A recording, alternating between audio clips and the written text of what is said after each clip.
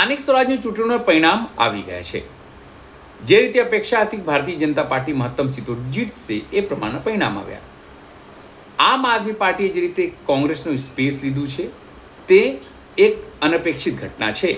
આમ આદમી પાર્ટી તેને લઈને જશ્ન પણ મનાવી રહી છે, પણ જે લોકો દાવો કરે છે કે તેઓ ગુજરાતના હિતૈષી છે, ગુજરાતના રાજકારણમાં જે થઈ રહ્યું છે આમ આદમી પાર્ટીના આવવાથી એનાથી ગુજરાતનું નુકસાન થશે, ગોપાલ ઇટાલિયાનો વિરોધ કરે છે, કેજરીવાલનો વિરોધ કરે છે, એ તમામ લોકો એક વર્ગ છે ગુજરાતમાં। એ પૈકીના એક છે ધનજી પાટીદાર। તેઓ પાટીદારના અનામત આંદોલન સાથે જોડાયા। એક સમયે તેઓ કોંગ્રેસના સમર્થક માનવામાં આવતા હતા, સમર્થક છે, પણ સાથે તેઓ એક સમયે તો વડાપ્રધાન નરેન્દ્ર મોદીના પણ વખાણ કરતા દેખાયા છે। હવે તેઓ પોતાના સોશિયલ મીડિયા લાઈવ થકી આમ આદમી પાર્ટીને ભાંડી રહ્યા છે, ગોપાલને પણ એટલે ગોપાલ ઇટાલિયાને પણ ભાંડી રહ્યા છે। નમસ્કાર, હું છું ચિંતામણી પુતરી પટેલ, સ્વાગત છે આપનું અમારા કાર્યક્રમમાં। આવો સાંભળીએ સોશિયલ મીડિયાના લાઈવમાં ધનજી પાટીદાર આમ આદમી પાર્ટી સામે શું આરોપ લગાવી રહ્યા છે, કેવી રીતે તેમને ભાંડી। સ્થાનિક સ્વરાજ્યની ચૂંટણીઓ હતી, એનું પરિણામ આજે પડી ગયું અને ગુજરાતની અંદર અમુક જગ્યાઓ છોડી અને દરેક જગ્યાએ ભારતીય જનતા પાર્ટીનો વિજય થયો છે અને આ બધું આપણે બધાએ જોયું। બધા ઉમેદવારો ઊભા હતા, બધું થયું હતું, બધા લડ્યા, છતાં પણ જનતા જનાર્દનનો જે ફેસલો હોય એ ફેસલો આપણે બધાએ શિરોમાન્ય રાખવો પડતો હોય છે, કારણ કે જનતા જનાર્દન જ મત આપવાવાળી હોય છે। મિત્રો, અત્યારે લાઈવ કરવાનું કારણ એક જ છે કે સ્થાનિક સ્વરાજ્યની ચૂંટણીઓનો પરિણામ, હું ઘણીવાર વિડીયોમાં બોલેલું છું કે 50થી 60% વાત તમને ત્યારે સંભળાશે જ્યારે હું આ ગોપુનું, આ આપિયાઓનો જ્યારે હું વિરોધ કરું છું, એટલે આપિયાઓ તૂટી પડે છે અને ગોપાલને જે જીજાજી માનતા હોય ને એવા લોકો તૂટી પડે છે, ભાઈ અમારા જીજાજીને તમે કેમ બોલ્યા, આવું તૂટી પડતા હોય છે। એટલા માટે મારે આજ લાઈવ કરવું પડ્યું કે ભાઈ સ્થાનિક સ્વરાજ્યની ચૂંટણીઓના પરિણામ જોયા બાદ મને પોતાને એવું લાગે છે કે સમજાય તો બધું ઘણું સમજવાનું છે કે જો સ્થાનિક સ્વરાજ્યની ચૂંટણીઓના પરિણામ જો આવા આવતા હોય તો આ તો એક ઝાંખી છે અને 2027 અભી બાકી છે। 2027ની અંદર ભારતીય જનતા પાર્ટીની રેકોર્ડ બ્રેક સીટો 170 સીટો આવશે, 170 સીટો આવવાની છે, 170 સીટોએ વિજય થશે અને તૈતાર બધા લડ્યા જો, બોલ્યા જો, એ ગોપુને જે બને બી માનતા હોય માન્યા જો, કોઈ ફરક પડતો નહીં, કારણ સોશિયલ મીડિયાની અંદર એક્ટિવ રહેવાવાળો વ્યક્તિ અને સોશિયલ મીડિયાનો મુખ્યમંત્રી આ ગોપાલ ઇટાલિયા આ ગુજરાતની જનતાને, તમામ લોકોને લઈને ડૂબશે। જે દિવસે ગુજરાતની જનતાને સમજાઈ ગયું કે ભાઈ આ બિલકુલ ખોટું થઈ રહ્યું અને મુખ્ય જો કોઈ સૂત્રધાર હોય આ બધાનો, જ્યારથી ગોપાલનો પગ આમ આદમી પાર્ટીમાં પડ્યો એ દિવસથી તમે જોઈ લો કે વિરોધ પક્ષ ખતમ થતો જાય। અને હું ઘણીવાર કહેતો હતો કે ભાઈ 2021ની અંદર જે સ્થાનિક સ્વરાજ્યની ચૂંટણીઓ થઈ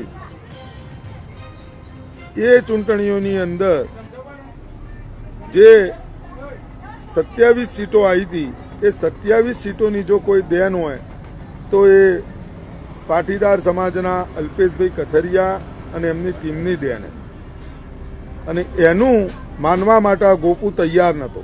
ગોપુ એવું સમજતો કે આમ આદમી પાર્ટી અને મારા લીધે આવી હતી। આજે તમે સુરતનું રિઝલ્ટ પરિણામ તમે જોઈ લો, ગુજરાતના ઠેર ઠેર જગ્યાએ પરિણામ જોઈ લો, કોઈ જગ્યાએ એવું બચ્યું નથી। હજી ગુજરાતની જનતા સમજી જાય તો એમાં ભલાઈ છે કે આ સોશિયલ મીડિયાનો મુખ્યમંત્રી ગોપાલ ઇટાલિયા એની બિલકુલ વાતોમાં ન આવવું જોવે અને એને ગુજરાતમાં બેન મારી દેવો જોવે, તો જ આ બધું થશે। હવે આપની સીટો જો આવી ગયા હજી આ નરેશભાઈ કાનાણી, મેં તો બધી સીટો જોઈ લીધી, બધી સીટો જોઈ લીધી। તમે ચૈતરભાઈ વસાવાની વાત ના કરો, ચૈતરભાઈ વસાવા આમ આદમી પાર્ટીમાં નહીં, એ ગમે તે પાર્ટીમાં જોઈને તો એટલું પ્રદર્શન કરી એવા. ચૈતરભાઈ વસાવાની વાત ના કરો. અને ગુજરાત આમ આદમી પાર્ટીની શું સીટો આવી ભાઈ?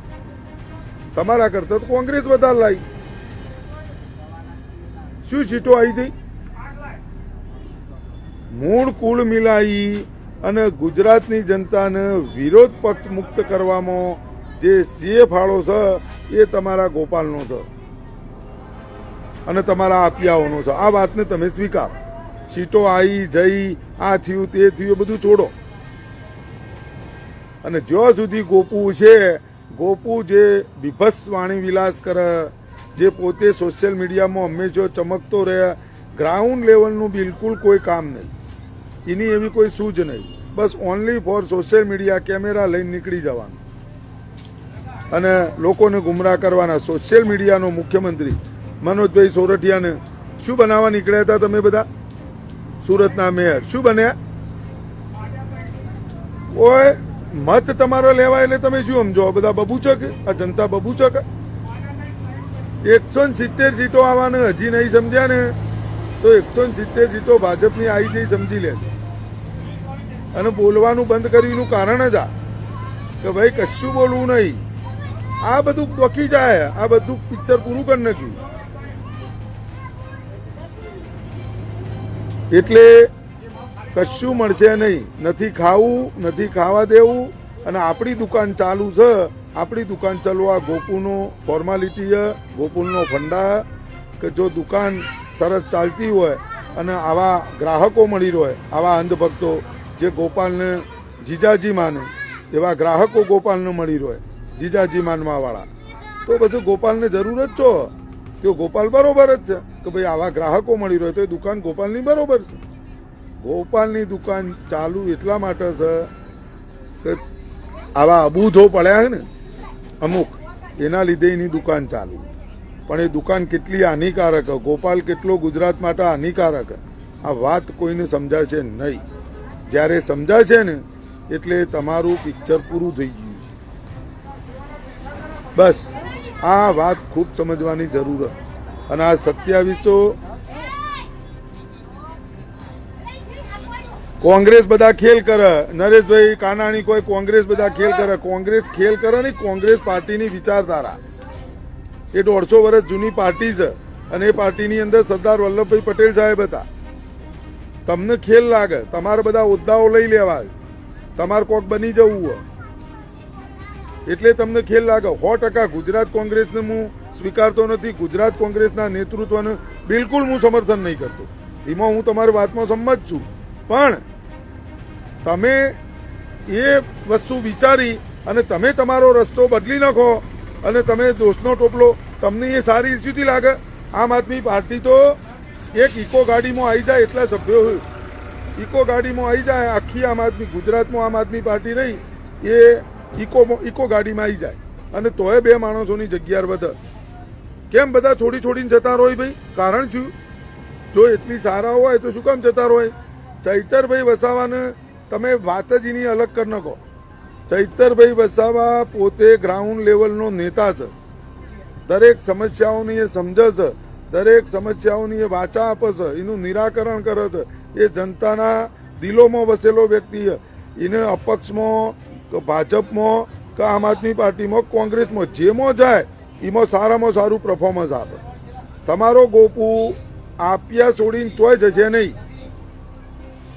આ દુકાન ગોપુ બંધ નહીં કરે કોઈ દા. તમારા ગોપુની ઓકાત છું. તમારા ગોપુ કોઈને જીતાડી ન શકે.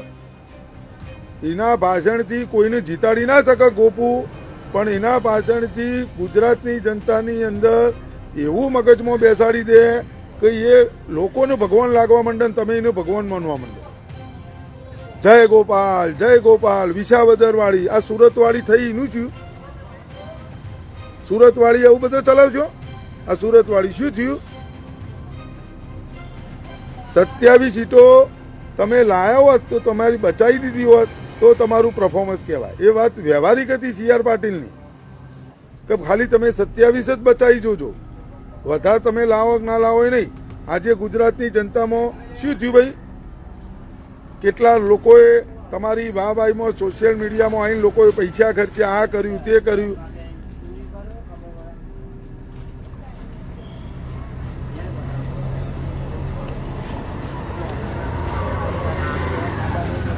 આ રશીદ ખાન પઠાણ કોઈ ધનજીવ કાકા તમે આમ આદમી પાર્ટી અલ્યા ભાઈ તમે મને અડકાયું કૂતરું કર્યું, હું તો કોઈ પાર્ટીમાં નહીં અને મને એવું કૂતરું નહીં કર્યું અને મારા હોદ્દાની જરૂર નહીં, એવી લાલચે નહીં. હું એક આમ એમાં આપીઓમાં જાઉં, ભૂલમાં ન જાઉં ને.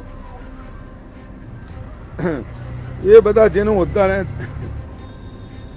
આમાં તો કશું કરવાનું નહીં. લલિતભાઈ ગોંડલિયા આવી ગયા, આમાં તો કશું કરવાનું નહીં. અમે તો બોલવાનું એ બંધ કર્યું.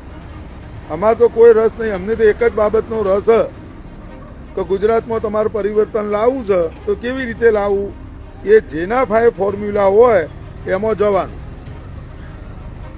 પણ કોઈના ભાઈ ફોર્મ્યુલા નથી અને ના થતું હોય તો અમનું હોપો, અમે ફોર્મ્યુલા બતાવીએ કે ભાઈ આ રીતે કરો તો આ રીતે થશે. અમારી વાત હોબળવી નહીં, અમારે કશામાં જવું નહીં, અમે ઘેર બરોબર છીએ. અમારે તો એક જ વાતનો મને મતલબ કે તમે જેના ઉપર ઠગારી આશા રાખીને બેઠા છો ને એ વ્યક્તિ ગોપાલ ઇટાલિયા ઓનલી ફોર દુકાન ચલાવે અને એની દુકાન ધમધમતી ચાલે. એની અંદર તમારા જેવા ગ્રાહકો છે, એને ખબર છે કે આવા ગ્રાહકો આપણને મળી રહે તો આપણે દુકાનનું કોઈ તકલીફ થવાની નથી. અને નાનામાં નાની વાત કે જે પોતે વ્યક્તિ કોઈ પણ સામાન્ય બાબતની અંદર પોતાની બેન, પોતાની પત્ની, પોતાની માતા આ બધાને જો રાજનીતિમાં લાવી દેતો હોય અને એમના નામે રાજનીતિ કરતો હોય અને પોતાના બાપનું કદી ધ્યાન ના રાખતો હોય, જે બાપનો નથી એ કોઈનો નથી. અને કેવલ ના કેવલ એટલે ગુજરાતની જનતાએ હજી વિચારવાનું છે. અને હું એટલું જ કહેવા માગું છું કે આ તો સ્થાનિક સ્વરાજ્યની ચૂંટણીઓના પરિણામ તો એક ઝાંખી છે અને 2027 હજી બાકી છે. તમે એનું પરિણામ જોઈ અને એવા સ્તબ્ધ થઈ જજો કે જેની કોઈ દાડ તમે કલ્પના નહીં કરી. બસ મારું કહેવાનો મતલબ આટલો જ છે. કારણ કે હું ગુજરાતી છું, હું ભારતીય છું. મને એ થાય કે ભાઈ આ બધા લોકો આવા લોકો પડે કે જે સોચ્યા સમજ્યા વિચાર્યા વગર લોકો વાતોમાં આવી જાય અને ખરેખર આવી આવા એ જ અમારી લડાઈ.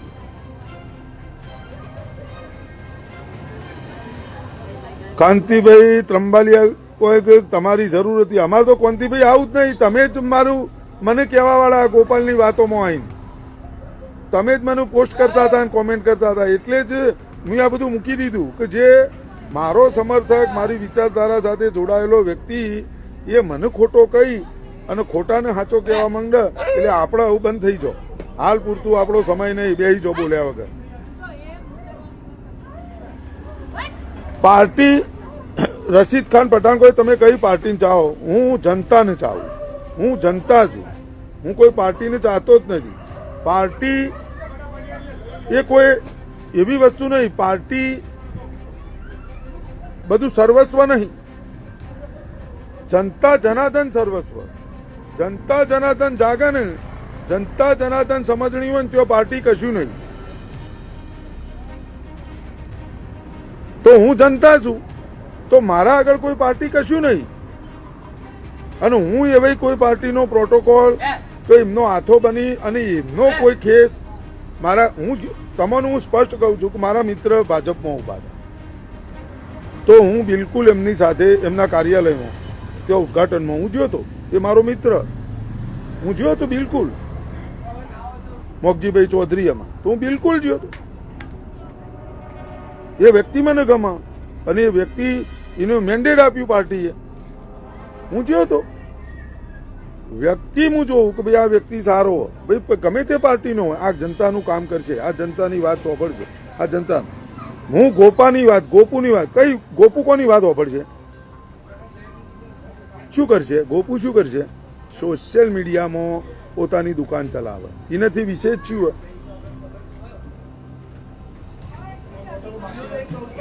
અને જનતાથી મોટી કોઈ પાર્ટી નહીં, જનતા જનાર્દનથી મોટી કોઈ પાર્ટી નહીં. એ ગમે તે પાર્ટીને પૂરી કરી નાખે અને ગમે તે પાર્ટીને વિજય બનાવી અને સત્તા ઉપર બેસાડી દે. તો જનતા જ રહેવામાં મને મજા આવે.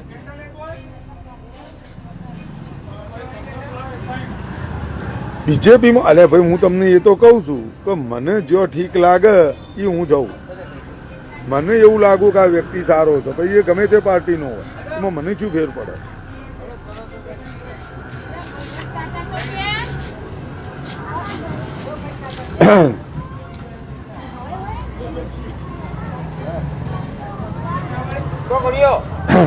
હા જાગૃત બનો અને જાગૃત બનો. તમે સમજો ભાઈ એ ચૌધરી કલ્યાણભાઈ ખેડૂત કહી રહ્યા છે જાગૃત બનો. ઈમો ભાઈ અમારા ડેવિડભાઈ વિચ્ચન આવી ગયા છે, સાહેબ આવી ગયા છે, ગોપાલભાઈ ટૂંક સમયમાં કેસરીઓ એ કેસરીઓ કદી એ નહીં કરે સાહેબ. એમાં તમે ખોટા પડશો. કોઈ દાળ કેસરીઓ નહીં પહેરે. એને ખબર હે કેસરીઓ જો ધારણ કરી ગયું તો ઈકણ કશું કરવાનું નહીં. એ તમે વાતને તમે ગોપાલને કોઈ નહીં ઓળખી શકે. એમાં તમે ખોટા પડશો. એક બે પોસ્ટો મેં જોઈ, આ તમારી કોમેન્ટે જોઈ કે ગોપાલ ટૂંક સમય નહીં કરે કોઈ દાળ કેસરિયા વગર એની દુકાન આટલી ફર્સ્ટ ક્લાસ ચાલતી હોય. ગોપાલ ભાઈ ગ્રાહકો અને એ ગ્રાહકો એટલા મજબૂત. ગોપાલ પોતે તમે સમજો ગોપાલ પોતે લેખક, ગોપાલ પોતે ડાયરેક્ટર, ગોપાલ પોતે શૂટિંગ ઉતારે, ગોપાલ પોતે પ્રોડ્યુસર, બધું ગોપાલ. એ ગોપાલને જે સ્ક્રિપ્ટ ગમે એ સ્ક્રિપ્ટનો પોતે પ્રચાર કેવી રીતે કરવો, કેવી રીતે લોકોને ગુમરાહ કરવા, કેવી રીતે પોતાના પરિવાર એટલે એની મમ્મીને રાજનીતિમાં લાવી, પોતાની બેનને લાવી, પોતાની પત્નીને લાવી, બાપાને નહીં લાવવા. એ ગોપાલ એટલો બુદ્ધિશાળી અને ગોપાલને ખબર કે આ લોકોને કેવી રીતે જનતાને ભરમાવી, જનતાને કેવી રીતે ગુમરાહ કરવી, સોશિયલ મીડિયાની અંદર કેવી રીતે એક્ટિવ રહેવું, આ બધું ગોપાલ માસ્ટર ઈમો. અને એમાં કોણની બૂટ પકડવી પડશે અને એના શિકાર તમે બની રહો ને. એને કેવી રીતે એની દુકાન ચલાવી, કેવી રીતે ગ્રાહકોને આકર્ષિત કરવા, કેવી રીતે ગ્રાહકોને લાવવા, કેવી લોભામણી વાતો કરવી, કેવું બોલવું અને કેવા કેવા પ્રહારો કરવા, કેવો વટ પાડવો, આ બધું ગોપાલને આવડે. એટલે ગોપાલને સમજવો ને એ બહુ અઘરું કામ. અને જ્યારે તમને ગોપાલ સમજાશે ને એટલે પિક્ચર પૂરું થઈ જશે. વિસાવદરની જનતાને થોડો સમજાણો. 8 મહિનામાં થોડું 8-9 મહિનામાં થોડું સમજી જાય. હજી થોડો સમય જશે ને પછી એનું પૂરેપૂરો સમજાશે. જ્યારે પૂરેપૂરો સમજાશે ને એટલે બીજું પિક્ચર પૂરું થઈ ગયું.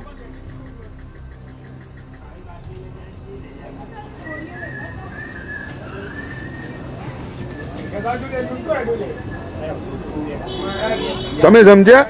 આ બધું સમજવું પડશે. અને એની દુકાન એક